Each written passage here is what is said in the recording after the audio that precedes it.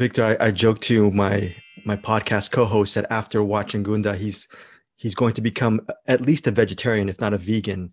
And you know what? I think on a more serious note, I really loved how you stripped this documentary from all of its flashy editing and the sound. The sound is not a score or a manipulative soundtrack, but rather it's the best kind of music, which is the music of nature and life. Can you just talk about that choice, which I thought was very, not just brilliant, but very, very direct and very real? Wow, you start so beautifully. Can you continue? Can you continue? You can, yeah, you're right. You're absolutely right. Because,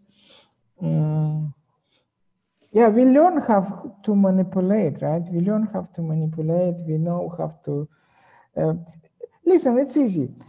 For example, you see the shot, right? And then you see another shot. I cut and I put another shot. So, what is happening now in cinema?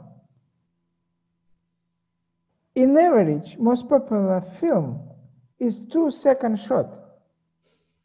So, what it means? It means you have one shot, then go another shot, then go another shot, then go. What it means? It means directors, they're telling you what to think about it, what's happening. They're telling you a story. You don't have chance to interpret it in your way. Because you see one shot, then another, it's kind of, they're putting you exactly action.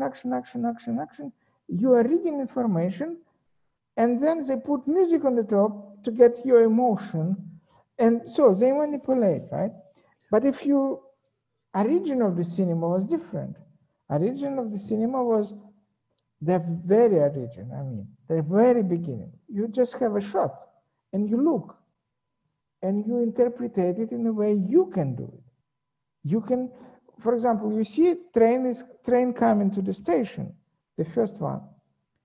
Maybe you pay attention to that lady, but maybe the lady the person who sits close to you, he pay attention to the dog, or another one paying attention to the train itself, right? So it means you can read the story in your way. In the shot itself, there is a story. And so we forgot about it, that cinema itself, not to tell story, but to give you emotions you never experienced before, to show you something you are not able to see. And this is why I decided to make it long shot, no music, no voiceover, no manipulation, real as it is, in front of your eyes. You actually can see it yourself, but somehow you decided not to see it. Because everyone can see it. If you don't need much. You just come, and if you decided to see it, you will see it. But you don't decided not to see it. This is a mystery, right? We like dogs at home, but we don't think same about pigs, for example, or chicken or cow, right? Even, yeah, it's a decision. Yeah, speaking of decisions, I'm a huge fan of black and white films. Love German expressionism, the films of Fritz Lang, early stuff like M. And when we talk about cinema, we talk about black and white as shadows and light. But I loved how you used black and white not as none of that expressionistic stuff. But can you just talk about how you chose black and white for your film, which I thought it was another great choice for you as far as bringing that element to the documentary. Yeah, this is a subject we can talk like hours or days, because I have a theory about it, but of course it's not a place to talk about it. If I will tell you shortly, I would say we have unconscious understandings in black and white, something timeless. I don't know. So if you look to your, let's say you look to your photo album, right? You look to and you have many pictures. Suddenly you have black and white. You will immediately slow down. you will immediately slow down. You will immediately, it has different value somehow. It has such, be careful, don't destroy it. I don't know, it has different value somehow. It has timeless, unconsciously, we consider it something timeless. It doesn't have this, how do you call it, actuality today, but it has something which never die. I mean, something goes from time behind and time later. It has this is most important. And second important is, the chicken, for example, and pigs specifically, they have very small eyes, very small eyes. And in color, you simply don't see eyes of pigs. And you see kind of it overall if you film color. You see everything, like sky, green grass, big animal, but in black and white you see immediately personality. It's a magic where you see immediately eyes of Gunda, and you see, even when you see few piglets, you immediately see they're different, because how we are different, how we understand each other. We look to our eye and our eyebrow in order to understand each other. We look here and here. Doesn't matter which culture you are. Doesn't matter you from north or south, west or east, Africa or Latin America. Doesn't matter. We look to eyes and to eyebrow. So, and I wanted you to see personality of pig, of each of them, each animal. And that's why we were filming almost from the same level of animals. For example, even chicken, like in the level of chicken, and we were trying to build this in the level of their eyes, just to be sure you don't miss it. You don't miss their eyes. Genres like neorealism, or when someone says even something like verite filmmaking, they talk about bringing the life of humans to the forefront, the reality of our lives, our universal lives. And I have not seen many movies, if any movies, that really capture the life of animals and the reality behind that. Can you just talk about, was that a driving passion for you as far as putting us right there into their lives, and to capture that day-to-day experience? How important was that for you to capture that? You describe it better than Cervantes would say it. I mean, you describe it absolutely correct, because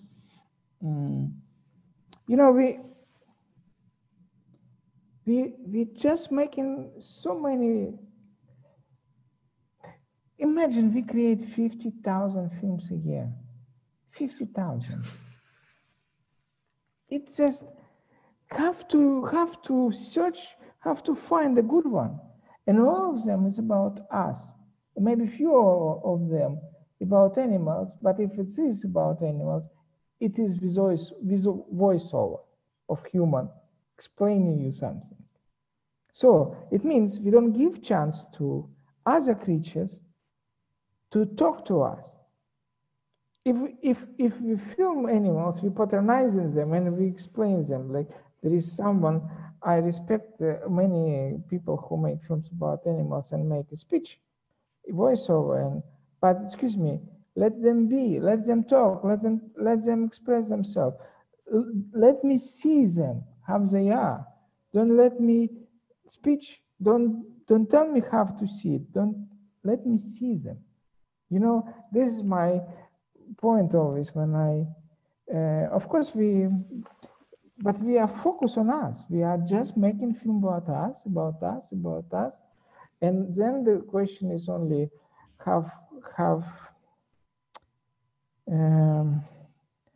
isn't it enough to make everything about us? I guess it's just okay. In a way, yeah, but it's like whatever we do, we just think, is it comfortable for us? Is it convenient for us? We think, for example, now I'm making films about architecture. Do you know what we do? It's amazing what we do now. For example, there are countries when population grows very fast, and they need to explore new territories and they put new buildings and even new cities. Do you know what they do? They come in, they see forest, they cut it. Wait a second. And that forest was 1,000 creatures, right? Birds, animals, rats, squirrels. They just cut it and put buildings. It's not enough. I tell you even worse. In some countries, I don't want to name in order to make scandal, but in some countries, they destroy mountains in order to make flat and build skyscrapers. Now, today.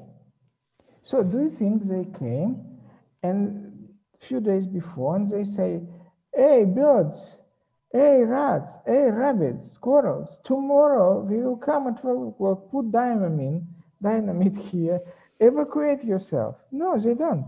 They just come, put and blow up together with all living creatures on it, right? Yeah. This is what we do. This is what we do. And I will not tell you that we are killing billions of pigs a year. Victor, I don't want to put too fine a point for this. I respect people and whatever life choices they make regarding what they put on their plate. I became I became a vegetarian 4.5 years ago, and it started because I wanted to stop eating less burgers and everything. But now, even though people tell me that I'll be healthier if I, let's say, have some fish, have a little fish on my plate, I still can't even eat a fish or eggs. That's just my personal choice. But I always think about that was an animal who lived and it makes me feel even to this day uncomfortable. I've grown to that level, and I'm just wondering, was that another reason why you did this documentary, or is that not even part of the elements of making Gunda? This is exactly my point. It was part of my life that when I was a kid, I had a friend, Piglet, which was my best friend, and then my relatives ate him in the Christmas time, and like they killed my best friend, and I didn't get it. I didn't get the point how we can do it, how we can even do it, and how we can even pay attention to this. You know, when I made many movies in many countries, and when indigenous people live, and in the north, and very south, and the deep Africa and Siberia and Asia, and you know, indigenous, when they kill animals, they say sorry, I kill you. They say sorry, and they say thank you. Did you read The Old Man and the Sea? Yes. You know, he before he kills this animal, this big fish, the old man was talking to her. I know I respect you. I respect you very much, but I will kill you. Forgive me. We forgot this relationship, right? We forgot that we have to respect all who around us. We forgot. We just forgot. I'm not judging. You see, if you notice, I did not put any judgment in the film. I didn't put any message in the film. I didn't say we are killing 1 billion pigs a year. I didn't put this credit.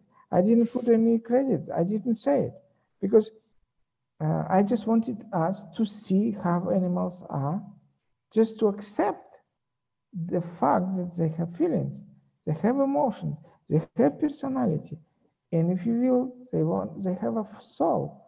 They have, and they have right to be here, man. Victor, my final question, just a very quick question. Your motivations as a filmmaker, has it always been not just a formalistic viewpoint, meaning you wanted to actually maybe impact change or make some kind of impact in your storytelling? Has that always been part of why you wanted to be a filmmaker, or did you grow into and mature into that passion? Actually, no. Actually, opposite. Actually, I never believed. I actually never believed in an impact because I think the decision not to see it's very it's decision which people made themselves already. So, and for me, every time to show them something, I always feel guilt because I know it's like if I show a mirror to them and they don't want to see themselves. This is why I always think that art without form, cinema without form, for me, is not exist. I believe, because two reasons. First reason is, if you're a good person, can you make a good film? Yeah. No, I don't think so. If you're a good person, can you sing opera? I don't think so. You need voice. You need voice. If you're a good person, can you play football? No. No, you can play football in your garden, backyard, but you cannot play football in the international competition, right? Yeah. Same with filmmaking. Filmmaker is exceptional ability to see beauty of the world and to see not only beauty but opposite side as well. To see things normal person not to see, not able to see. This is the. But what I believe strongly, that talent is a mystery which make you better than you are. For example, I give you example. I am not funny person in life. I have no sense of humor. But in my films, there is humor. Not in this one, but in many of my films, there is funny episodes. I will never achieve it. But when I'm making film, somehow it appears. For example, I know good composers. Some of them make you cry. You listen to their music, and they make. But when you talk to them, you will never believe this person make you cry. You talk to him, normal person, but when he use music, when he use his talent, when a singer use her voice, you don't need to know her intellect. She has such a diapason of her voice, some beauty, you cry. Maybe you talk to her and you say, oh, she's not clever. No, but she makes you cry because she used her talent, her voice. Same with filmmaking. I'm not philosopher. I am not Leo Tolstoy. I'm not president. I cannot teach you. I'm not teacher. I cannot teach you life. I cannot judge your life. I cannot put judgment on what you're doing. What I can do, I can use my eyes to show you what you don't see yourself. It's like, in a way, I'm an ophthalmologist. My job as filmmaker is ophthalmologist. I'm coming and I'm putting some specific lenses on your eye for this 90 minutes. And you suddenly see something you actually didn't see. And then you say, hey, wait a second. Why didn't see it before? And then this is one thing. And another one, psychological. What I'm trying to do, I'm trying to make image which you never will forget. Try to forget Gunda now. Next time, just try to forget it. And I don't think you will, because people wrongly think that cinema tells story. But if you look to past, if you look to your memory, if you look to the films you like, and ask yourself which film you like, and ask yourself, do you remember story or you remember image? And you will remember image. You probably will guess what the story about, but what you will remember, an unforgettable image, which is staying on your mind. This is why cinema is different from other artistic form. It's based on not story, but image. And people wrongly believe you have to tell story. Maybe, maybe not. Victor, thank you so much for your time. I really Thank you appreciate very it. much. It was pleasure to talk to you. You start All right. so beautifully. Ciao. All right. Ciao. Have a nice Thank you. Bye-bye.